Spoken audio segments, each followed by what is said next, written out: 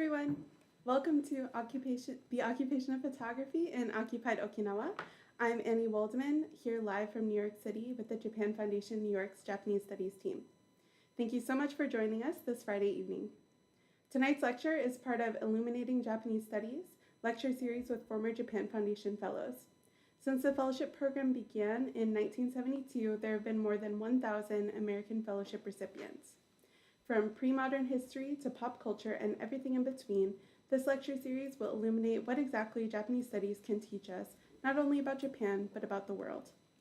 We have just opened the applications for the 2022 to 2023 research fellowships, so if you're interested in our fellowship programs, please check out the links in the description box below. Our speaker tonight is Dr. Gerald Figal. Dr. Figal is a professor of history and Asian studies at Vanderbilt University, and he was a Japan Foundation Research Fellow in 2000. He is the author of Civilization and Monsters, Spirits of Modernity in Meiji Japan, and Beachheads, War, Peace, and Tourism in Postwar Okinawa. Our moderator for the following question and answer session is Dr. Alan Christy. Dr. Christy is an associate professor of history at the University of California, Santa Cruz, and he was a Japan Foundation doctoral fellow in 1991. He is also the director of the Okinawa Memories Initiative, which is an international public history project exploring the transnational history of modern Okinawa. For more information about our speakers, please see the description box below. The lecture will be followed by a live Q&A session, so please drop your questions in the YouTube chat box at any time during the lecture. We ask that you keep the chat clean, friendly, and respectful. Now let's begin the lecture. Okay, thank you very much.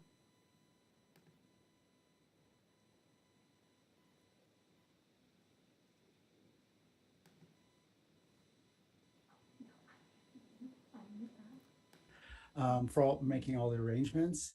I also have to give a shout out, obviously to the Japan Foundation for all the support that it's given those thousands of Japan scholars over the years. Frankly, if I had not gotten that research fellowship way back over 20 years ago, that second book I wrote would not exist. It simply would not have happened. It allowed me to do 6 months of research on the ground in Okinawa, diving into the archives and doing field work. So I'm very appreciative of that support. And of course, that research kind of kept me in Okinawa, one foot in there. And, it sort of led 20 years later to another project. So, that has to be highlighted. Also, I have to thank Alan Christy, my good friend from grad school days, for agreeing to be the moderator tonight.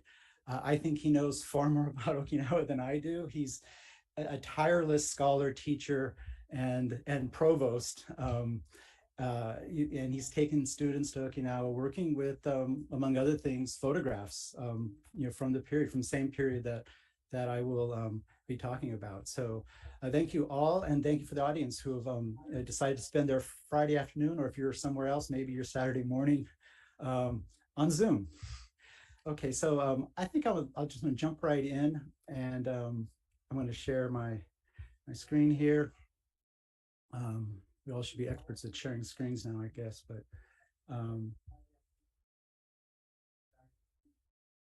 okay. Actually, no, hang on a second here.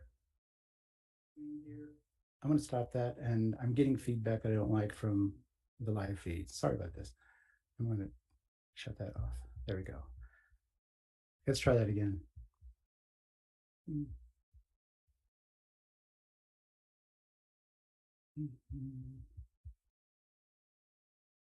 Okay.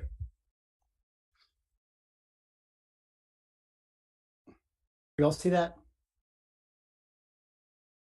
Actually, okay. I'm not seeing it, Gerald. Okay, hang on. Like I said, I thought we all should be experts at this by now. There we go. Now I see it. Good. All right. Sorry, everybody. Oh, shoot.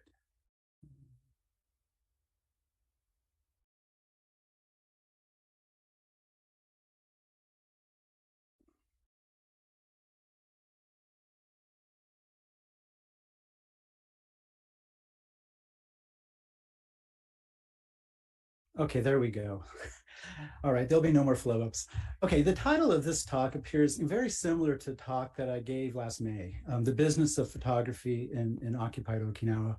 However, I intend to shift in focus with the word occupation. Occupation can mean business or activity, but of course it can also refer to taking possession of a place and to the force, typically a foreign military, that takes it. So under this title, I aim to offer a look at how Americans impacted and participated in the photography business in Okinawa, but also how some of them captured Okinawa, so to speak, with their cameras. On the photo business side, I'm most interested in commercial portrait studios, photo service labs, and camera shops. On the photo making side, I'm most interested in art photography with documentary ambition or documentary photography done with artistic ambition, mainly landscapes, streetscapes, street portraiture, and event photography. Notably, I'm excluding professional news photojournalism here, although some of the work that I treat made its way into news reportage. We'll start with an outline of my broader book project, followed by a look at the business activity between Okinawans and Americans, and a look at the activity of the most prominent American photographer in occupied Okinawa. We'll end with a mix of occupation-era photos made by a well-known Okinawan photographer, 2 well-known Japanese photographers, and 3 not-so-well-known American photographers. The goal here is to prompt reflection on the issue of defining the contents and creators of post-war Okinawan photography. What and who should count in a history of photography in Okinawa since 1945? The broader context of this talk is a book project, Multiple Exposure, Photography in Okinawa 1945 to 1975. This research seeks to understand how the business, practice, and subject of photography were affected under the extraordinary conditions of US occupation, emphasizing the multiple layers of the occupation's impact on the development of photography in Okinawa from war's end to 1975. I extend the chronology to 3 years after reversion, to the year of the Okinawa International Ocean Exposition, to glimpse changes in photography in Okinawa after Japanese businesses and tourists flowed freely into Japan's newly regained prefecture. I begin with the interactions between US bases and locals involved in the reestablishment of what had been a thriving portrait studio industry before the war. Part 1 also takes up photo services for base personnel, since local labor was broadly implicated in it, and partnerships between American and Okinawan businessmen were common. Part 2 traces the growth of local photographic knowledge, business practices, and popular photo culture through the proliferation of photo studios, camera shops, trade associations, camera clubs, photo contests, and public exhibitions. This section also follows growing contacts between Okinawan and mainland Japanese photographers and their impact.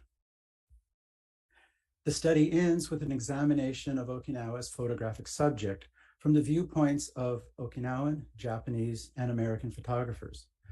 Here I seek to widen views of post-war Okinawan photography as a more inclusive photography in post-war Okinawa.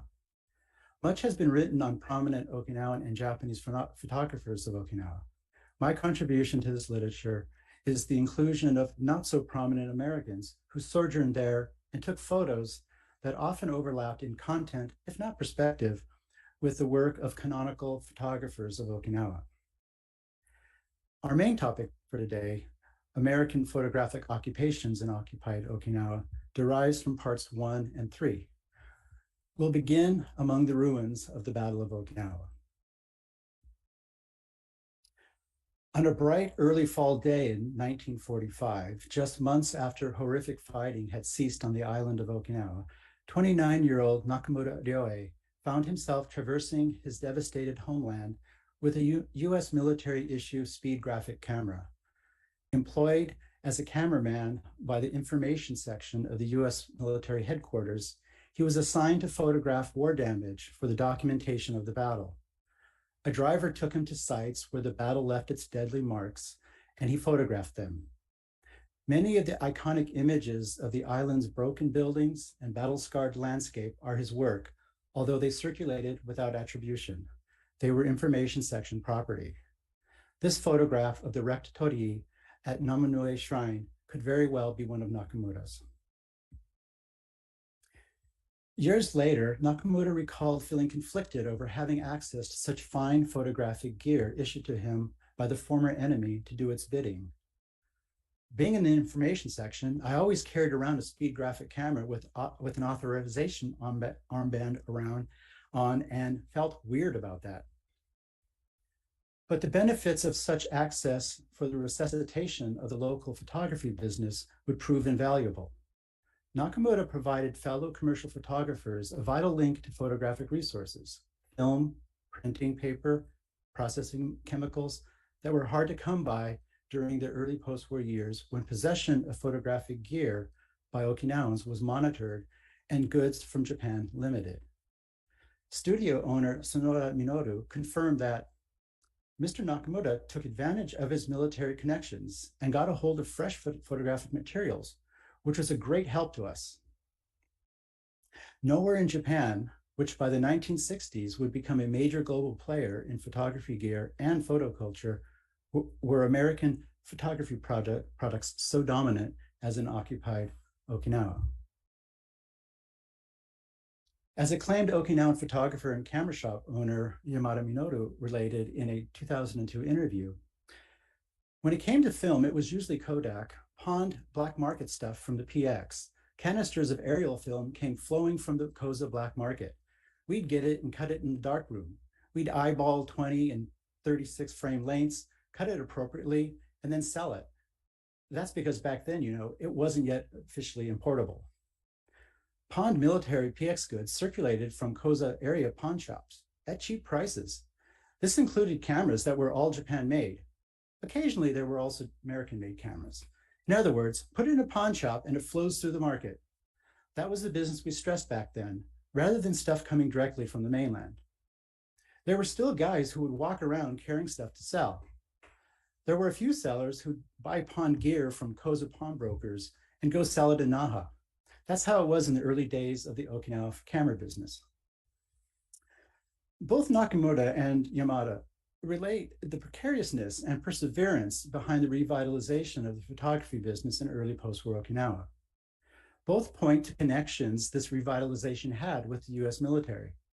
Okinawan photo suppliers, studio owners, service technicians, and camera enthusiasts operated under distinct local conditions that modulated their relationship to mainland photography and put them in direct contact with American base personnel. These historical conditions gave rise to photographic practices, forms, and content particular to the place. Reversion dramatically changed these conditions.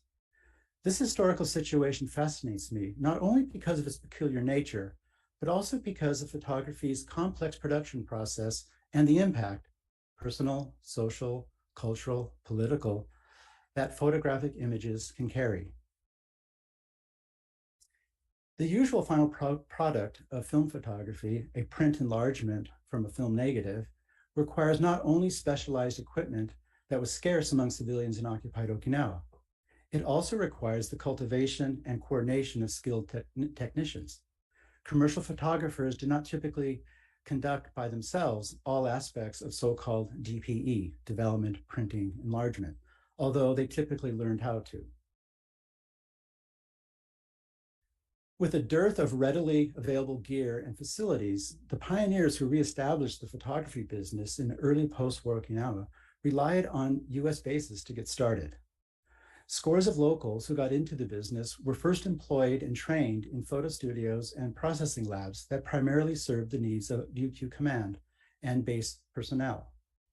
In other words, base-related photo service businesses were training grounds for learning studio lighting, camera operation, film development, enlargement printing, and the business aspects of the profession. They also kept Okinawans in touch with the latest photographic technologies. For example, YN Photo Finishing / RICOM Photo Service, founded in 1947 by Filipino PX concessionaire Priscilio Ibanez, might have been the first base photo service to employ Okinawans, some of whom are listed here. Several became leading figures within the local photography world from the 1950s on. Sugita Takeshi's experiences are illustrative of the occupation of photography in the early post-war years. Sugita was what we might call a naturalized Okinawan. Born in Kyoto in 1906, he moved to Naha in 1927 to work in the prefectural government. After the war, he joined RICOM Photo Service at the invitation of a friend who was already working there, and soon opened his own studio in 1947. As one of a handful of studio owners operating from the late 1940s, Sugita had to submit to RICOM's military government directive number 9, which went into effect on March 1st, 1949. This directive, first brought to my attention by our very own Alan Christy, declared that all Ryukyuans in Okinawa Gunto in the possession of cameras, equipment for the development or enlargement of photographs, and undeveloped film shall register such possession with the chief of police of the district wherein such possession is exercised. It was translated into Japanese and both versions distributed to all 50 districts. Owning a studio in Naha, Sugita carried a registration booklet issued by the Naha District Police. Entries for March 15, 1947 reveal that his cameras and lenses were Japanese and German, while all his film, paper, and processing chemicals were American and undoubtedly Kodak. Directive number 9 remained into effect until June 1953, just over a year after the end of US occupation of mainland Japan, and a month before the end of the Korean War. As Alan Christy hypothesizes, the fact that it was copied to the US Counterintelligence Corps detachment in Okinawa, whose task was the suppression of communist activity, suggests that it was designed to monitor makers of images that might feed communist propaganda. Whatever the case, it did pose an inconvenience to local photographers like Sugita trying to start photo businesses then. After this directive was rescinded, studios and DPE services proliferated. By 1960, there were well over 50 photo studios operating throughout the Ryukyu Islands. By reversion, there were at least double that. The majority were small independent operations owned and run by Okinawans relying on American materials to serve Okinawan clientele. Note the Kodak film sign under the eaves of the studio pictured here. Portraits for weddings and other special occasions, school photos, and notably ID photos for on-base work authorization were the bulk of daily business. But small shops, some photo services aspired to coveted base concessionaire contracts to provide services to base personnel, but small shops had difficulties meeting necessary volume requirements to win contracts, despite American policy to hire locals first. Partnerships with Americans who had connections and capital overcame this problem. The American Photo Service is the best example of this arrangement. Its evolution from American to Okinawan ownership highlights the importance of base-connected business and the range of Okinawan involvement with Americans as employees and business partners. It had its origins as a PX concession on Camp Kue, simply called Photo Service, founded by civilian architect Bert Mosier, who worked on base construction led by the Army Corps of Engineers. Mosier's side business in photo services grew rapidly along with the bases he helped design, expanding in 1954 as the American Photo Service, with a second PX concession on Kadena Air Base. Dozens of Okinawans were employed by Mosier as studio assistants, lab technicians, office staff, business managers, and company president. In December 1956, the American Photo Service expanded again. It had its concession renewed to operate its portrait studio at the popular RICOM Plaza Shopping Center and secured a significant new contract to pick up, process, and deliver films daily to all main branch exchanges. Mosier still owned the American Photo Service in 1956, but its president and its operations manager were both Okinawan, Kubota Seiko, who signed the new contract, and Tsuha Jitsuo, aka Joe Tsuha. Several points of the agreement exemplify the asymmetry between US authorities and local service providers, not the least of which was that Central Exchange demanded its usual below market discounts of at least 10%. At the same time, the concessionaire was prohibited from advertising itself as a representative of the United States and from using the words RICOM Central Exchange, Post Exchange, PX on letterheads, bills, signs, or in any manner connected with the pickup, process, and delivery of films. In other words, the American Photo Service, despite its namesake, could not advertise itself as the official photo services provider for Americans in Okinawa. Despite the apparent asymmetry of contracts, local photo services considered them desirable because they guaranteed a steady flow of work from clients who shot a lot of film and required a lot of processing and printing. Volume made up for the discounts to the exchange, so long as the concessionaire could smoothly maintain volume and quality. That could be a tall order if hampered by labor strikes, such as the one that took place in August 1957, when American Photo Service employees joined workers across Okinawa demanding bonuses for the Obon season. Mosier had by then sold the business to Kubota Morihiro to return to the US, leaving the business in Okinawan hands. Its manager, Joe Tsuha, however, left the company because of continuing labor disputes and partnered with the American who took this photo, Ernest Bradford, AKA Blackie, who had also been working at the American Photo Service for several years. In 1960, the two men reorganized and expanded their businesses together as Keystone Photo Service and the Keystone Portrait Studios. By then, Blackie the photographer, named for his trademark black attire, had over 10,000 photos to his credit and had attained celebrity status among American military personnel. It is Bradford's place within the history of photography in Postwar Okinawa that I now turn to with the aim of questioning who qualifies as an Okinawa photographer and why.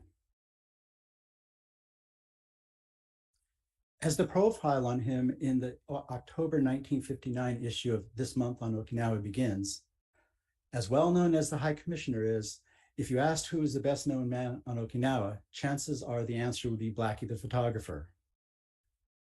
The article continues by listing his credentials: photos in Time, Life, Saturday Evening Post, National Geographic, Department of Defense correspondent for NBC, and several photo books on Okinawa. Bradford was also known for his local charity work with missionaries, orphanages, and hospitals, and as the department store Santa Claus in Okinawa for 14 years. Through his photographic skills, business connections, community presence, and advertising hustle, Bradford attained the pre-social media equivalent of going viral in occupied Okinawa. Before his fame as Blackie the photographer and thousands of miles away from Okinawa, Bradford served in the Army Air Force, where he flew on 42 bomber missions in Europe before being shot down near Vienna in 1944. In 1947, he completed the Army Air Force Aerial Photography Training Course and was credentialed as photographer and photographic laboratory technician. Posted to Okinawa in 1949, he left the Air Force in 1952 and began his career as an independent photographer in Okinawa, for which he is best remembered today. With his connections to the bases, photographic supplies, and to Okinawans, Bradford established a diverse and active commercial photo business, employing dozens of Okinawans and producing a considerable body of his own photography of Okinawa. His bread and butter during the 18+ years there included weddings, parties, special events, company photos, military unit photos, home portraits, and roving photos anywhere, anytime, as his tagline advertised. Much of this roving, sometimes with an Okinawan assistant, was non-commissioned photography of landscapes, streetscapes, and people. Some was later used in commercial publications, self-published photo books, postcards, and calendars. While I don't consider all of Bradford's Okinawa photography compelling, much of it and that of other Americans deserve serious consideration among Okinawan and Japanese photographers of post-war Okinawa. They often share subject matter, if not also viewpoint, and where they differ on both counts is just as valuable for understanding the multiple angles of Okinawa under US rule. Before sampling together some of this work, I'd like to first examine in some detail and on their own terms what became known as Bradford's 5 famous pictures of Okinawa. This set was also described as Bradford's 5 favorites, which suggests that he curated them to represent in microcosm life and land in 1950s Okinawa. As such, they served a specific interpretive function in a kind of artistic documentary mode. This introduction to the 5 famous claims they encompass the whole of Okinawa and evoke the spirit of Okinawa. The article then paraphrases what they signified to Bradford. Let's take a look at them. The first is Bradford's best known photo, so I'd like to go into some detail about it. It is a posed outdoor portrait, one of several takes, likely shot in 1950, done with a 4x5 speed graphic that requires deliberation in its operation. Its aesthetic differs from the more spontaneous kind of photography possible with a small 35mm camera. It is reminiscent of the early portrait photography in Japan done in an ethnographic vein. Bradford's paraphrased commentary on this photo is as follows. The Papa-san picture, sometimes referred to as Papa-san's Day is Done, paints a mental picture of a man who has lived close to the land all his life. His simple tools are all he needs to work the land, which he was born to and will die on. His Thoreau existence is a way of life and not an experiment.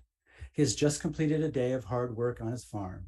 Now in the sunset of his life, he stands quiet and unafraid in the sunset of the Okinawan day. He has watched his island home change with time, but he has remained basically the same. His is a rare heritage. He knows contentment.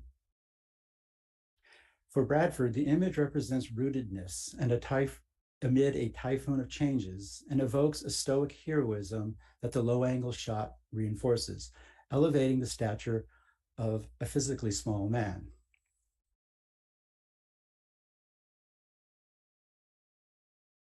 In contrast to Bradford's transcendent reading of this image, the reverse side of the postcard version offers some details about Papa-san, but we're still not given his name. We learned that the clothes he's wearing came from Americans, that he lost his wife, and that his son died during the war in the service of the Japanese army. Local artists were occasionally hired to colorize certain Keystone Studio black and white photos for sale. A hand-colored copy of the Papa-san photo adorned the 1958 calendar sold by Keystone Portrait Studios. The fame of Bradford's famous 5 among Okinawans, other than those who worked with him, is difficult to document, but we do have some evidence that the Papa-san image made its way into local media and served as a model for local artists. There's a lot that we can unpack with this photo and its reprintings, but let's move on to a quick look of the other 4 famous pictures, and then end with a slideshow mix of American, Okinawan, and Japanese photos. Papa-san's counterpart, Mama-san at Rest, captures for Bradford the graceful resilience of the maternal spirit in the face of challenging circumstances. Even though her bones are weary and the parched skin on her face is sinking in over toothless gums, there's one thing that even time has not taken from her, the twinkle about her eyes.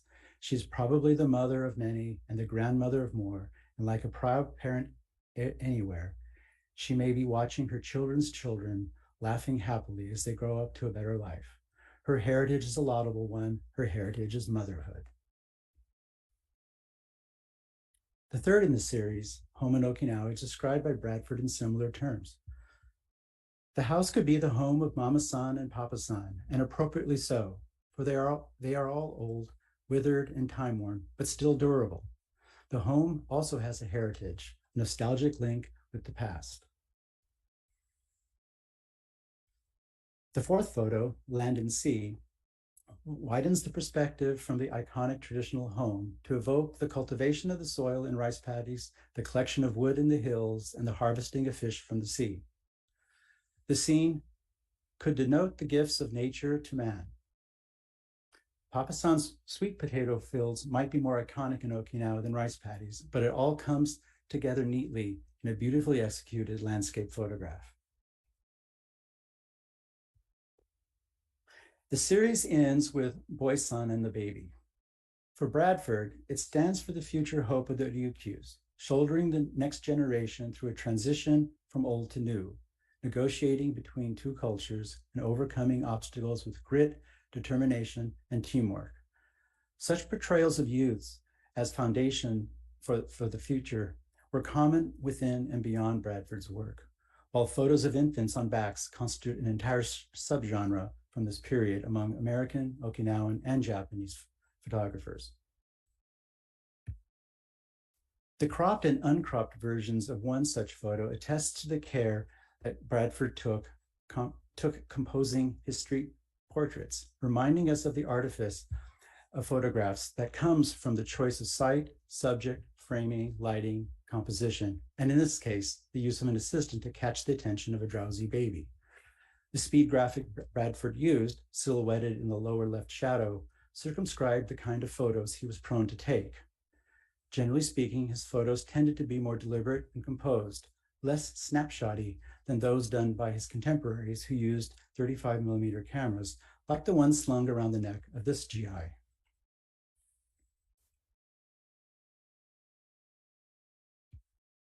Or being used by another GI in this photo taken by US Army photographer Andrew Clark. Clark was one of many little-known Americans who also left behind a significant number of excellent photographs capturing life and landscape in occupied Okinawa. Unlike Clark and others, Bradford widely publicized his Okinawa photos, and yet they too are virtually unknown or ignored within treatments of post-war Okinawa photography in Japan. One notable exception is the archive and art gallery, Ricom Anthropology, at the renovated Plaza House Shopping Center where the Keystone Portrait Studio was located. Dedicated to showcasing Okinawan culture under US rule, Ricom Anthropology rotates thematic sets of historical photographs to exhibit, including some from a collection of about 8,000 from the old Keystone Studio. Last April, for example, they displayed photos of Okinawan and American children taken by American photographers, including Bradford, pictured on the far left wall photo during his pre-Blackie days. This kind of work provides, in a sense, a model for reframing the terms of engagement with post-war Okinawa's photographic history in a way that I'm suggesting. But this is an outlier. What is more common is something like the 9-volume set Okinawa Shashinka series Ryukyu Retsuzo, published in 2010-2012. The first volume is dedicated to Okinawan Yamada Minoru, whose early work is valued for how it captures Okinawan daily life under American rule. He is followed by 5 more Okinawans, Higa Yasuo, Ishimine Takashi, Oshiro Hiroake, Ishikawa Mao, and Kano Tatsuhiko. The last 3 are mainland Japanese, Moriguchi Katsu, Nakahira Tokuma, and Tomatsu Shomei. To be sure, the established reputation, image quality, and relative proximity, cultural, political, geographical, of mainland Japanese photographers to Okinawa can explain why they would naturally be in histories and collections of post-war Okinawa photography, and why little-known American photographers would not. They are much closer outsiders than Americans. It would seem very weird to have a 10th volume on Ernest Gordon Bradford in this Okinawa Shashinka series.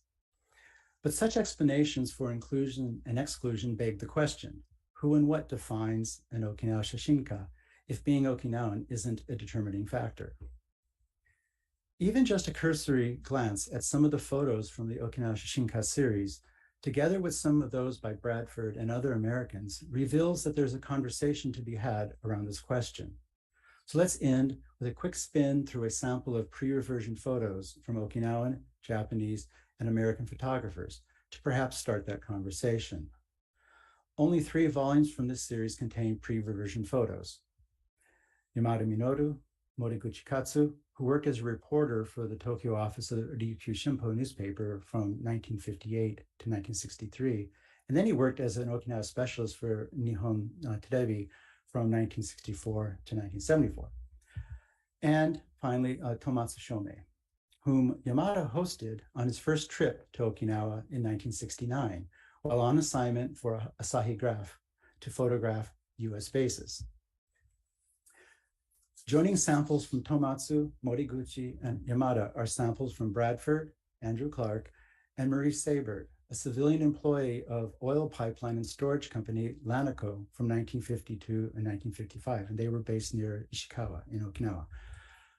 Many of the American photos are courtesy of Don Kusin via his website, Remembering Okinawa. I'm very grateful for the information and images he has graciously shared with me. I've arranged selections by visual and thematic affinities and contrasts rather than by chronology or a photographer. Viewing time for each slide is limited to 6 to 8 seconds without commentary. If desired, we can go back and linger on some specific images during Q&A.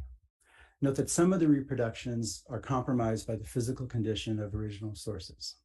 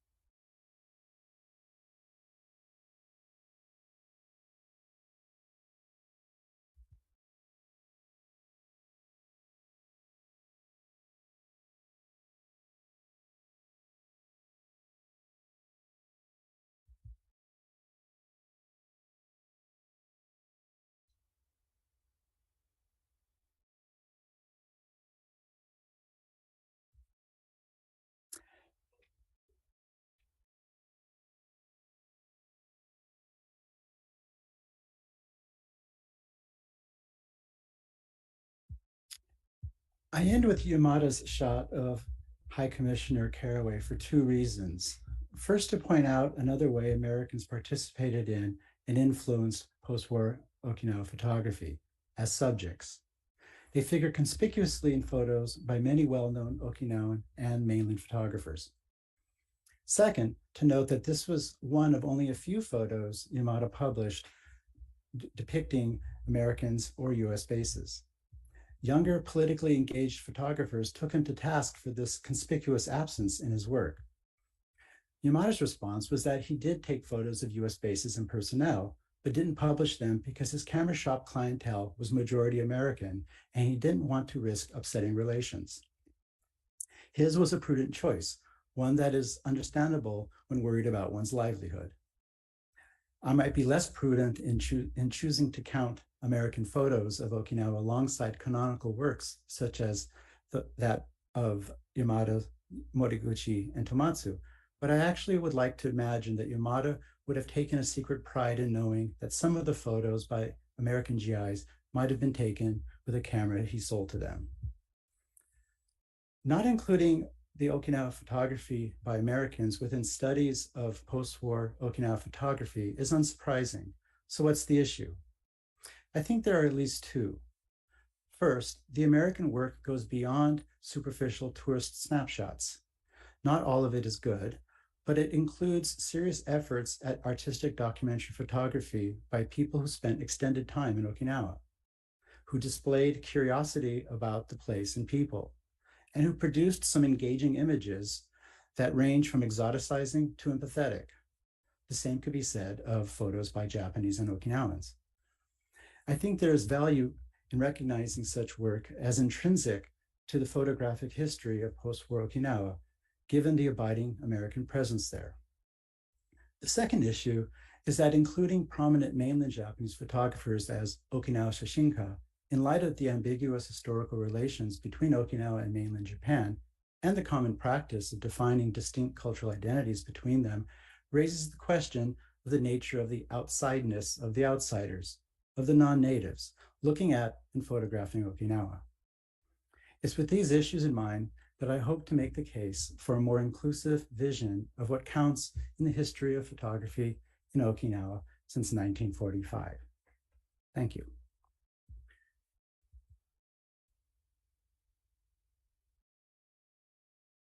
And now I think I can invite our moderator, Alan Christy, for comments and perhaps provoke some discussion. Go ahead, Alan, the floor is yours. Thank you, Gerald.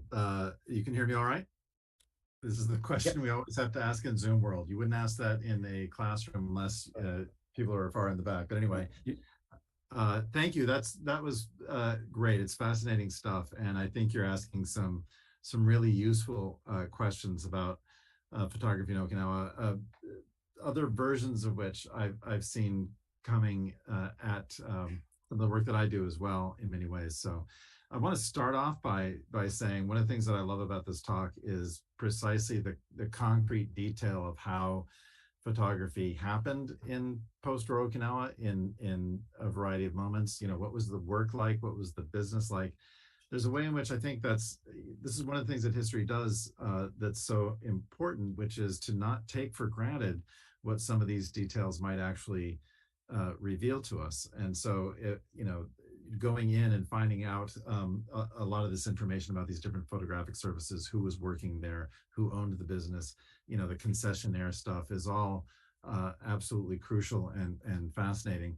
And it makes it possible for you, I think, to go ahead and ask this big question that you're asking, which is, if we shift from Okinawan photography to photography in Okinawa, what does that do to our understanding of the practice there? So I just love all that stuff. And I have a good friend who I think you have met, Tosh Tanaka, who is a photographer like you and has often talked to me a lot about the precise mechanics of both using things like a Rolleiflex and mirrored cameras, cameras with those mirrored viewfinders and all, and the process of producing, developing the film and producing the pictures and all. and it always leads to really interesting things. So I'm really grateful for all of that. And of course, as we ask the question about whether American photographers who are far less known might be considered in thinking about the history of photography in post-war Okinawa. I really like the way that you frame the question of where does the outsider line get drawn, and what is it, especially if you're working at the level of the practice on the ground from day to day, in terms of people who are making a living, people who are in relationships like say Yamada Minoru with Tomatsu, right? Hosting him and facilitating. I think of somebody like in the pre-war years, Iha Fuyu being the man that anybody who's working on Okinawa has to come see at some point, and the way that he sort of channeled people to different places in Okinawa played a huge role. Yamada is not just an Okinawan photographer; he's this conduit for so many people, whether it's Japanese photographers coming down or Americans who are looking for camera work and whatnot. So if you're thinking about it in those levels, I think you're right. It's a much different question. I think it's great that you're asking that.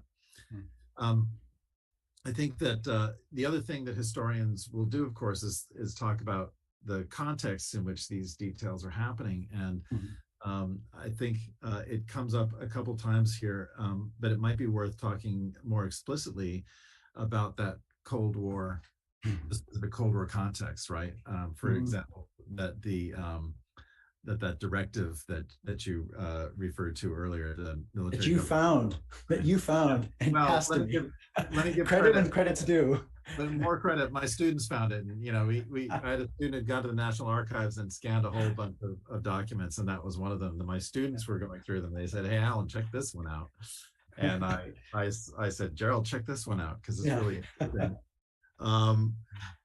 But that period from 49 to 53 is so crucial. So if we're thinking about the post-war history of photography in Okinawa, obviously in the immediate aftermath, 45 to 47, the means for taking photographs are by Okinawans are nearly nil, right? True.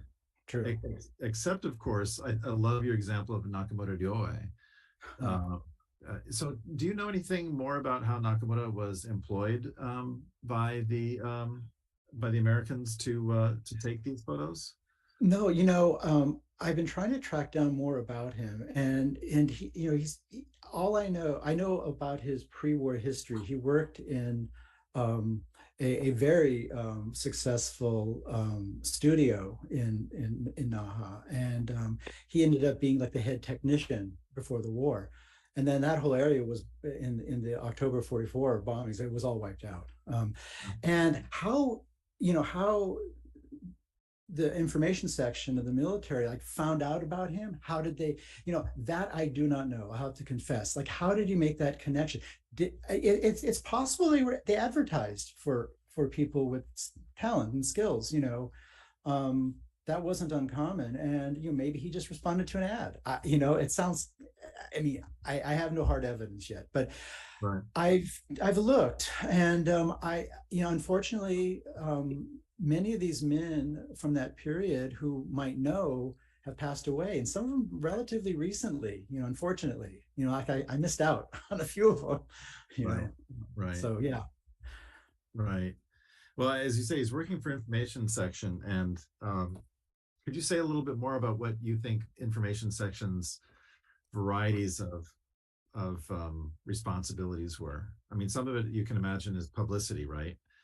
But documenting the war damage is really interesting, isn't it? Yeah. This was in 45. This is the thing, he's like the earliest named person who I know is running around with this equipment very early, and we're talking just a few months after in fall of 45. And that was, as that was the time when Americans, they were going around doing this kind of documentation, among other things. And it's my understanding that he was hired specifically for this, and he had a driver, and he went around, and my source of information about this is actually in a roundtable discussion that I cite.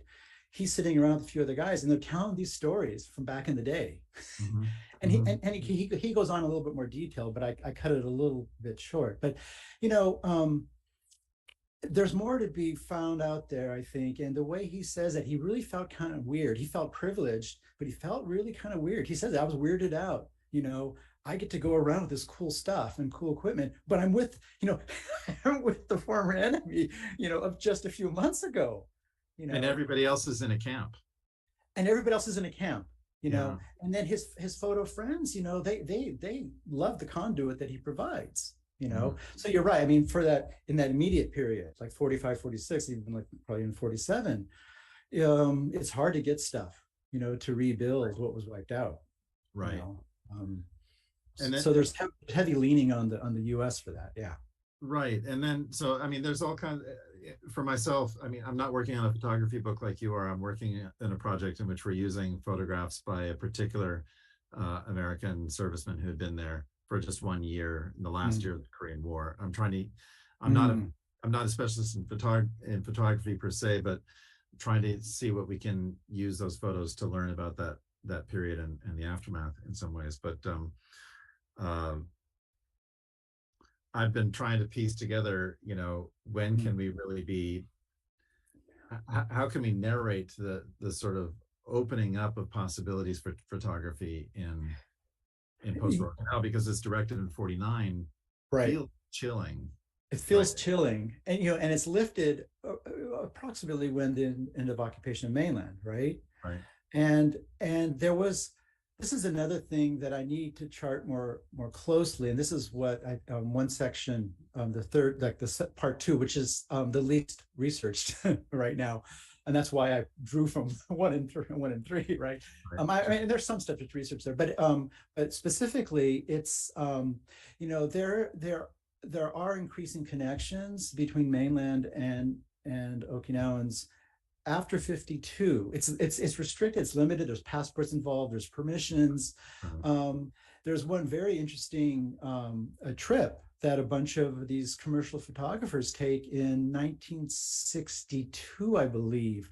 They get together and they go to mainland Japan, and they tour like Fuji Film, printing company. Oh yeah, no, I have a whole. It's really super interesting. That's actually worth another talk, I think. About this trip. So they had that. There was that type of connection that was a little bit more liberalized, especially under, in the early '60s under Carraway and Kennedy. Kennedy kind of, when President Kennedy came in, he kind of liberalized a little bit. Some of the U.S. policies there. But there was always this tension between State Department and defense over that.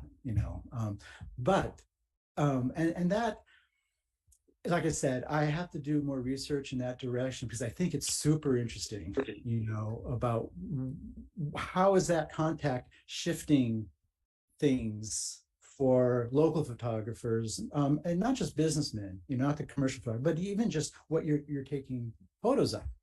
Okay. Right. Yeah.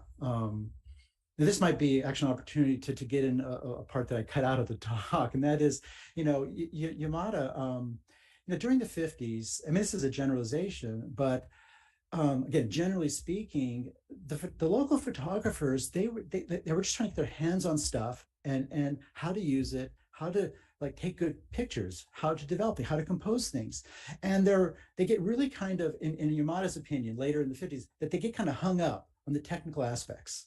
They all just want to do great studio portraiture, and they actually, there are these events where they hire professional models, typically from, they're sponsored events from photo companies in Japan, bringing in professional models and decking them out in bikinis on the beach, and you have all of these, photographers just practicing, on these. And Yamada, in one of his interviews, says, around, I think his interview, he refers to the 59, 60, that, it occurred to me, he says, basically, he basically makes claims to shifting the focus to taking photos of Okinawans, of daily life stuff. Now, there's some exaggeration to that probably, but it's kind of true that not many local photographers were doing that in the 50s. They were just trying to learn how to learn the craft. And I think there's an interesting pivot when, you know, Okinawa becomes a different kind of photographic subject. And I think the contact with mainlanders also influences that. So Yeah, no, it's somebody has already added in the questions. The relationship is complicated, and I think about your, the Tomatsu photos are striking, right? The Hokubu photo, the people in their uniforms and all, the guys going through the river and clearly training and whatnot, mm-hmm. Stand out so distinctively from Yamada's or many of the Mm-hmm. Americans, which is, I've had people talk about the photographer whose things I'm working with, Charles Gale, not showing any Americans and therefore engaging in a kind of deception or coverage, right? They're not showing the Americans, and that therefore, and this is the claim that was made against Yamada by some of the younger folks. And so, I mean, I think about the assumption, therefore, that comes behind that question, which is that the important thing to document in Okinawa in that time period is the presence of the Americans. If it's not seen in the photographs, then it's not known in any way. And that, in a sense, ends up contributing to a view of like Blackie, Bradford's photographs, which Papa-san and Mama-san will look to many people like very whitewashed images, right? This is nostalgic stuff.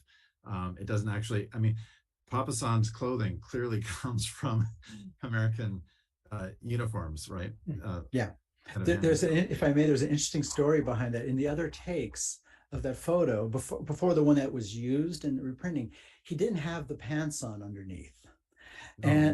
Yes, and I think he looks fine in his work clothes, but Don Kusan, he speculates that maybe they thought that, it looked too much like a dress he was wearing, and so they put pants on him, and then they take the shot that's then everybody sees. And I'm not that clever, but there's a way in which, on the one hand, the insistence that an American impact or American presence is being downplayed in a lot of photography, particularly by Americans, but also by people like Yamada, pairing with a reluctance to include American photography in the question of photography in Okinawa, strikes me as, I don't know, odd, right? If you want to, in fact, highlight the fact that Postwar Okinawa is the history of that place, the things that people are doing is always happening in the context in which American power is unavoidable, right? Whether it's because you're going to have to get your photographic materials, from them, right? You're going to have to try to set up a concession in order to survive with this stuff. These are not people necessarily who have the means to be engaged in art photography because they've got some other kind of income coming in anywhere, right? So. No, I think you hit the nail on the head, actually. And that's probably, what you just said are the thoughts that sort of prompted me to sort of consider these questions. Because I mean, if we were just talking about, tourist pictures, people coming and going, that'd be one thing. But, you have to deal with the fact that Americans have been there for a long time. Some of them, and beyond, 1972. And so it's a little bit different than just somebody going in and taking some snapshots, tourist snapshots, and you're right. I mean, but see, there is this, I think I'm trying to just, say that we should be looking at all of it, by who's taking it, because I mean, you're absolutely right. You have, on the one hand, if you don't show the base stuff, you're not serious, and if you're showing all the nostalgia because you're showing everyday life stuff that's, it's quaint, but it's not the serious stuff. But then if you just show the base stuff, you're missing out on the majority of the reality, I would say, right? But see, any individual photographer can choose what they want to do, right? And that's why it takes the likes of you, me, whatever, others, to look at all this stuff, and you try to do something, a little more, I hate to say comprehensive, but at least more inclusive with a broader, vision. And I will say that there's a group young researchers in Okinawa who are working with Tomatsu's widow on doing a history of photography in Okinawa, and they're trying to dig up a lot of stuff. And I met with a few of them and Tomatsu's widow, and I posed the question to her straight up. I said, "Hey, do you know this Bradford guy, Blackie?" And she goes, "No." And I said, "He did all of this stuff." And so I'm just wondering, what do you think about including him in a history of photography in Okinawa? And her response was, "It's a great idea." Well, I think the comparative section of photographs that you gave us toward the very end was incredibly revealing in terms of what is the photographic subject looking like, and whether they are in conversation with each other through their images, or whether they're also partaking of a broader 50s and 60s notion of what daily life, street, other kinds of photography. I think about the famous Family of Man exhibit from the 50s, right? It becomes a genre itself of photography. But whatever you're talking about, it's very clear that they're in a conversation, and it makes the work of Yamada more illuminated by having these other ones in there as well. That's a good point. Yeah. I was just going to quickly comment that one of the things that jumped out at me was in slide 30, when you have Blackie sitting with the Okinawan painter who is painting a version of that. Blackie's wearing a uniform, but this is 1955. He's out of the service, right? Well, actually, what's up here? The source of that photo is 1955. I mean, the publication is 1955. The photo could be earlier. It's probably earlier. The photo itself that's used in a kind of retrospective of his work. I contacted Don Kusin about the dating of the Papasan photo, and he's done actually the most research in trying to track down details. And he's and we talked about what Blackie was wearing at the time to try to date. So that's a good catch by you. And I think that I mean, a diligent researcher could look up, that publication and find out, and then maybe track down the photo, perhaps, But I think that photo was before 52, and Don says that he thinks that the Papasan photo was taken in 1950 for various reasons, and I believe him on that. And so it could be that actual photo was done before he left the Air Force, But see, it's a little bit unclear. It's a little bit unclear to say, because he, unless it's possible that he put on the uniform for a staged shot. Who knows? This is one of the things that I love about working with photographs. It's been very transformative for me in my own approach to research, where I was always in text or some other things. But when I'm looking at these photographs, I have all these questions. Or like, wait a minute, what's that thing in the background doing there? Does that help me with this thing in any way?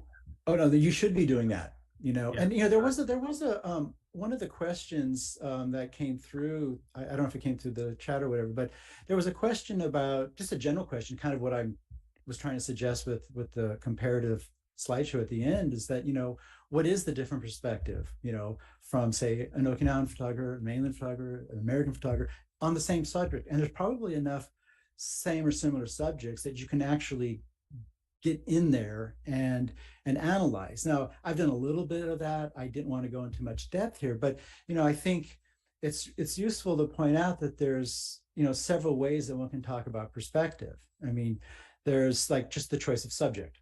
What are you taking shots of? But then it's one thing that I was noticing, and this is just a tentative, not really conclusion, but tentative observation, is that Yamada's photos, compared to some of the American ones, not all of them, but most of them, they tended to be closer up, Right. There's a certain proximity, right. And so you might think about, proximity, you might think about, the receptiveness of the subject, if it's a human subject, to the photographer, certain kinds of reactions. So there's lots of ways to talk about, perspective, as well as the format of camera. I try to restrain my tendency to really geek out on the technical stuff. But some of the technical stuff does shape, if not sort of, not force, but does shape, the kinds of subjects that you can take photos of, and so that's a factor, in this. So yeah, and mostly Japanese are done. They're using these small cameras. Yamada did, Tomatsu did. They're not going down there with large format gear, like Blackie was used to. I mean, Blackie used a speed graphic press camera, which it's relatively portable, but it's somewhat limiting. Yeah. Blackie in those photos looks like he could hold a heavy camera for a while. Oh, he was a big man. He was like about 6'2", 220 pounds. I have stats on him. Yeah, he was a big guy, and apparently he had a booming voice. He had this. Yeah. Yeah. Well, so I mean that relates to a question, and you one of your exclusions at the beginning is photojournalism. Yeah. Yeah. Right. Yeah. And is that in part because of the volume of it, that there's also, do you think, another kind of motivating parameters to it that that's what I thought about photojournalism. I actually, when I was first developing the project, I said, I got to talk about photojournalism, right? And I explored it a little bit, but part of it is volume. There's so much, and it's kind of its own thing in a way, because of the sort of institutional framework around it, Right. almost daily publications. I mean, in a way that's helpful because we have all these newspapers, you can just go through them. And, I think I'm going to try to bring some of that in, because some of the photos that we end up seeing, they end up in newspapers. Now, it's not like the kind of spontaneous event, photography that you might see, reporting on something, but, you see some of the stuff in the culture pages, for example, and in American and in Japanese, publications, Japanese language publications in Okinawa. So Right. yeah, it's there and it needs to be dealt with. But I don't know if I can do all of that, frankly. I'll just be honest. Oh, I know it's a staggering amount, and I don't know what to do with it either, and I know less about photography than you do. Another question here, I think it touches on, you and I began in graduate school with Yanagita Kunio. Oh yeah. Oh, I see the question. Yeah. And Yanagita was responsible for my first trip to Okinawa, because I read Kainan Shoki, and then our friend Michael Molaski was going down, and it was the 20th anniversary of Reversion, and so I joined him, there, just to get a sense of what this place was that Yanagita had been writing about in the 1920s. And so this question talks about Tomatsu being influenced by Yanagita. Yanagita did have a huge impact on a lot of people who were making representations about Okinawa. Yeah. So for those who may not have heard Yanagita Kunio's name, he is a folklorist, folk studies, a giant in the field, who from early 1905, 1910, producing works on his own until becoming really a field maker of Japanese ethnography. Turned to Okinawa in 1920, and it really became a transformative moment in his own career to think about how he understood the history of Japanese culture and all. So Okinawa by Yanagita Kunio is not just and he went to Okinawa as well. For him, his Okinawa stuff was really important for his reconceptualizing how he thought about Japanese culture. So have you heard about Tomatsu's interest in Yanagita? And well, yes, and the questioner is really kind of spot on here, because again, I don't know how much I will probably get into this a bit. I think he published it in 1975, so it's on the outside of my chronology. But Tomatsu, he publishes a few volumes on Okinawa, and interestingly, and this is kind of connected to Yanagita. He, in his probably one of his more famous publications, Pencil of the Sun, the first half is basically on Okinawa, and it's mostly black. I think it's all black and white images. And then the last half, he goes to Southeast Asia. It's like he follows, Kainan Shoki in a way, and it's really kind of, startling when you're looking through that. It's like, whoa. And he probably intended that, because it's almost like this colorful fantasy world in a way that opens up when you're going through this. And he commented on, and then he doesn't take photos of bases and such anymore, and he interesting, this is getting back to technical geek out stuff. I mean, he attributes his shift in subject matter in Okinawa to his shift to color photography, which that's fairly well known. It's a fairly well known comment by him, and you can make of that what you will. But the fact that it kind of happens in the mid 70s, post reversion, he does these photos of going further down south, and he ends up spending a lot of time in Okinawa afterwards. And the last 2 years of it, he moved there the last 2 years of his life. I think he died in 2012-ish, I think. So, so yeah, he was he got the bug. He got the Okinawa bug in a way, one might say. And you should know, for those of you that don't know about his work, before he went to Okinawa, I mean, he was all about photographing the bases and base towns in mainland Japan, right. So this is why he's commissioned by Asahi Graph to go down to Okinawa. Hey, go down there and take, you're the man to do the photographs of the bases. You go down and do photographs of the bases. And then, right. But then he shifts, after time. Yeah. There's a quick question from somebody who was himself in the Air Force at Kadena up to a few years ago, who wanted to know a little bit more about Blackie's rank when he left. What do you know about Blackie's retirement from the? He was a technical sergeant or a staff sergeant in the Army Air Force, so he was sergeant. Okay. Yeah, when he served in Europe, and it's interesting. It seems like he, this is where I wish I could get more information from the family about biography. Because he's posted to Okinawa in '49, and actually right around that time, or just before that, after he gets his credentials for aerial photography, he helps. He does a lot of aerial photography in Southeast Asia. He helps with his mapping of like New Guinea and I don't know if the Philippines and such, so he's doing that type of work. So he's into the photography thing for a couple of years, and he gets to Okinawa, and I don't know, how much his heart was into like the Air Force per se when he went there. I think he was already wanting to be a photographer, because he got the credentials and he comes to this interesting, weird place. And he starts up a very successful business, as you perhaps glean from the presentation. But yeah, so he was a sergeant at the time. So that leads to another question here. Is this okay if I ask this one, Annie? So you gave a talk with a similar title in Chicago months ago.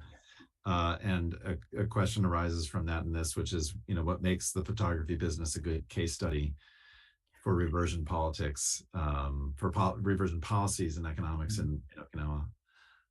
Okay, well, I can't go through that talk again, but that was sort of a focus of that talk, the last part of that talk. And long story short, I guess, and I was focusing on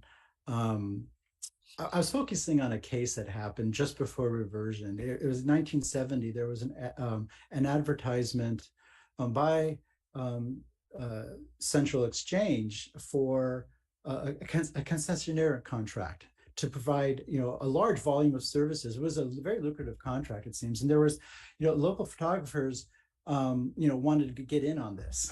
Okay, and again, so I can't get into the details of why they lost the bid.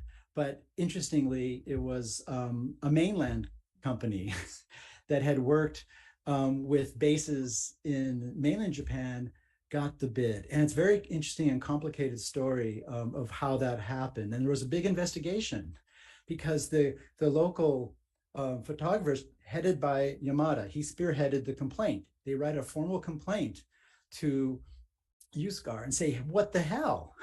You're supposed to be hiring us first. And basically, the officer in charge of exchange contracts, he kind of made some decisions on his own based on what he thought was the feasibility of locals being able to do this. And he thought that the 5 bids from the locals just couldn't do it. And so he just kind of unilaterally turned to someone he knew, who and brings him in, like I said, there was months of investigation, and this is leading up to reversion. And you have the State Department getting in on it and saying, guys, this doesn't look good. This is a really bad look. This is a really bad look. And the State Department, they're the ones that called for this investigation, saying, why didn't you give it to these guys, to the locals? We're supposed to be giving it to locals, you know? And then, you know, as it turns out, there were some, you know, arguably good reasons for not giving it to them based on the criteria for the contract, arguably, you know. And in the complaint that Yamada and others signed on to, they point out, this gets to the question of the economics. And they said, we really need some support here because we're going to get blown away when Japanese companies come down after reversion, because they already know it's coming, and we won't be able to compete with them.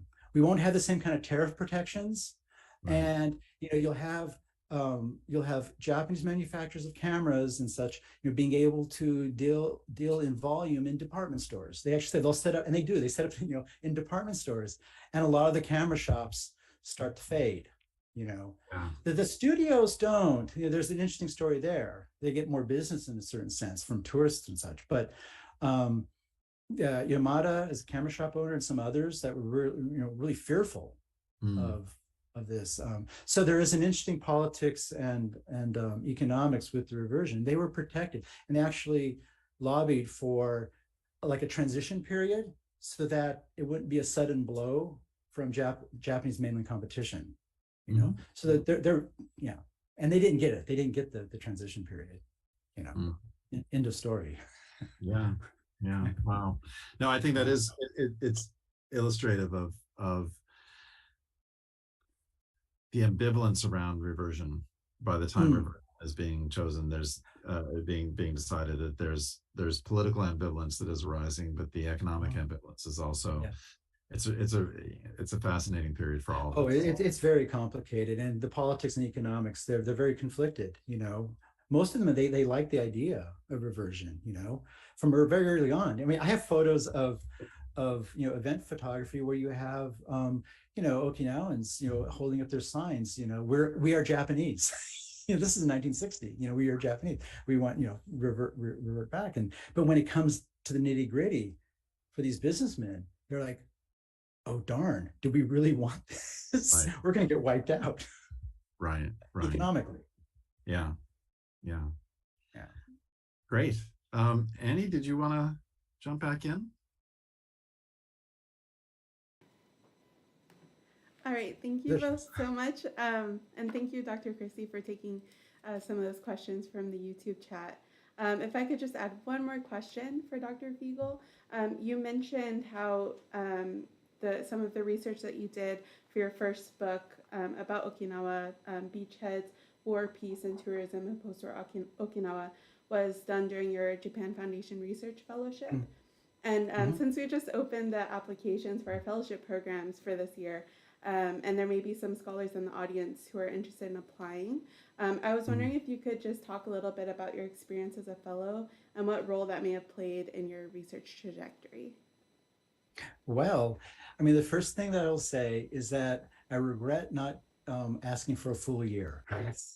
I did 6 months for various personal reasons with family and all, but the 6 months was enough to do the research I needed to do and to produce the book. And as I suggested at the top of this event, quite literally, without the Japan Foundation research grant, I couldn't have spent 6 months in Japan, because when you're working with the archives, there was a point where I was going down. Well, I bought a car, because in Okinawa you have to have a car pretty much if you want to get around. I bought a car in the first week, but I was living in an area that was kind of far from the archives, and at one point I ended up driving down on a daily basis, early in the morning, coming back late at night, to the Okinawa Prefectural Archives, and spending a lot of time there. That was over a few months of doing that. It's the kind of work that you can't do from an armchair. And you need extended time too, so this is why I said, I wish I had the year, well, partly because it's just kind of nice to be in Okinawa, but that, and actually a lot of sort of fieldwork stuff that I had to do, and meeting people, some of it kind of off the cuff,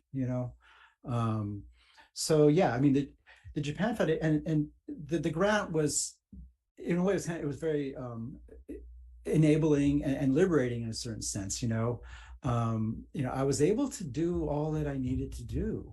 And, and I thought after that book, the second book, that I was done with Okinawa.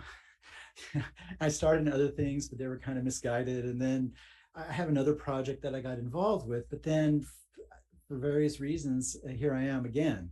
So, I mean, it's fair to say that that original grant 22 years ago, has led, in this winding path to this talk today, so this is not just, an ex-fellow pulling up stuff from 20 years ago, and reminiscing, this has stayed with me. So when I got the invitation from you all, I was like, yeah, you know what, this will really, kind of give me some focus to try out some of these ideas that I have for this next project. So, I mean, I don't know if that's all that I could say, but that's probably enough that we have time for. So,